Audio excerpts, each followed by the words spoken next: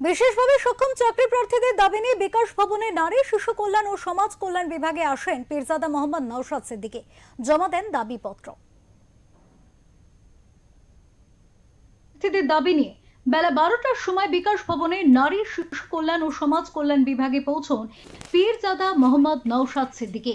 তার বক্তব্য, শুধু ডেপুটেশন নয়, এই বিষয় নিয়ে তিনি বিধানসভাতেও কথা বলবেন। আমরা আজকে এসেছিলাম, ভেবেছিলাম মন্ত্রী মহাশয় থাকবেন। অফিসে গিয়ে দেখলাম তিনি বিশেষভাবে সক্ষম মানুষদেরকে নেই। একটা অনুষ্ঠান, যেহেতু আগামীকাল বিশ্ব প্রতিবন্ধী দিবস আছে, আজকে দিন এটা প্রোগ্রাম করছেন। আমি জানতে চেয়েছিলাম তিনি অফিসে ফিরবেন কখন। অফিসে যারা আছেন, পিএসও ছিলেন না, বাকি যারা আছেন তারা বললেন যে ওনার 1টা থেকে নাকি সিএম ম্যাডামের মিটিং আছে, ওখানে তিনি অ্যাটেন্ড করবেন, সময় একটু লাগবে, তবে তারপরে কখন আসবে সেই নির্দিষ্ট করে সময় বলতে পারলো না।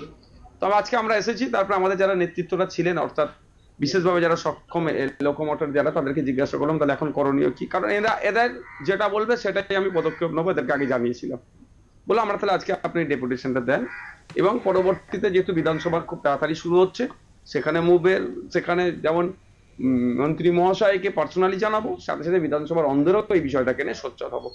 উল্লেখ্য, রাজ্য সরকারের বিশেষ সংশোধনীতে 100 পয়েন্ট রোস্টারে অস্থির সংক্রান্ত পদের ক্ষেত্রে শুধুমাত্র এসসি প্রার্থীদের জন্য নির্দিষ্ট করে দেওয়া হয়েছে, যার ফলে বহু যোগ্য সাধারণ ক্যাটাগরি, আদিবাসী ও সংখ্যালঘু ওবিসি প্রার্থীরা বঞ্চিত হচ্ছে।